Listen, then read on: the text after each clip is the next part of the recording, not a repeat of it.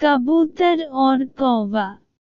प्राचीन भारत में कई बार लोग पक्षियों के आवागमन के लिए घर के आसपास दानों से भरकर टोकरियां लटका रखते थे। राज्य के कोषाध्यक्ष के रसोइयों ने भी ऐसा कर रखा था।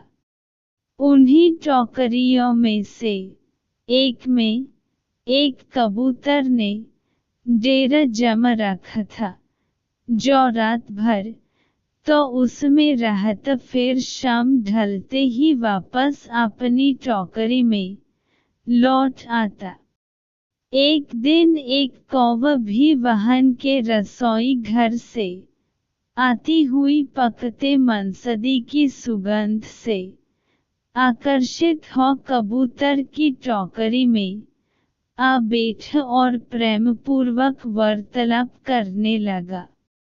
कौवे की चिकनी चुपड़ी बातों में आकर कबूतर ने उसे आतिथ्य प्रदान किया, किंतु यह चेतावनी भी दी कि रसोई घर से उन्हें कुछ भी नहीं चुराना चाहिए।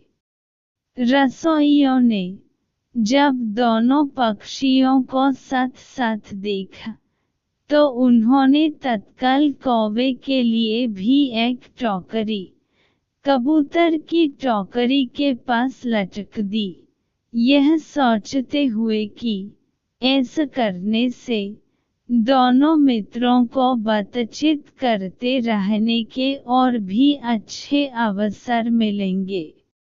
दूसरे दिन कबूतर जब तड़के ही उड़कर दूर निकल गया तो कौवा अपने वास स्थान पर दुबक पड़ा रहा। उस दिन रसोइयों ने मछली पकाना आरंभ किया। पकती मछली की सुगंध से कौवे के मुख में पानी भर भर आता। समय समय पर वह टोकरी के बाहर सिर निकलता और मांस चुराने का मौका तलाशता।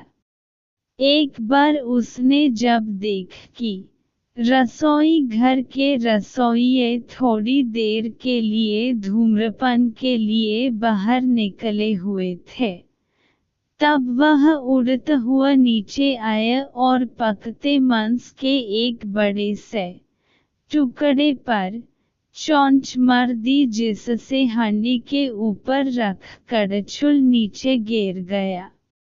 गिरे कड़छुल की आवाज सुन एक रसोइया दौड़ता हुआ नीचे आया और कौवे की चोरी पकड़ ली। उसने तत्काल रसोई घर का द्वार बंद कर कौवे को धर दबोचा और बड़ी बेरहमी से उसके पंखों को नोच उसे मिर्च मसालों में लपेट कर बाहर फेंक दिया। थोड़ी ही देर में कौवे के प्राण निकल गए। शाम को कबूतर जब अपने निवास स्थान को लौटा तो उसने कौवे के पंख और मृत देह को बाहर फेंका हुआ पाया। उसने तत्काल समझ लिया कि कौवा अपने लोभ का शिकार हो चुका था।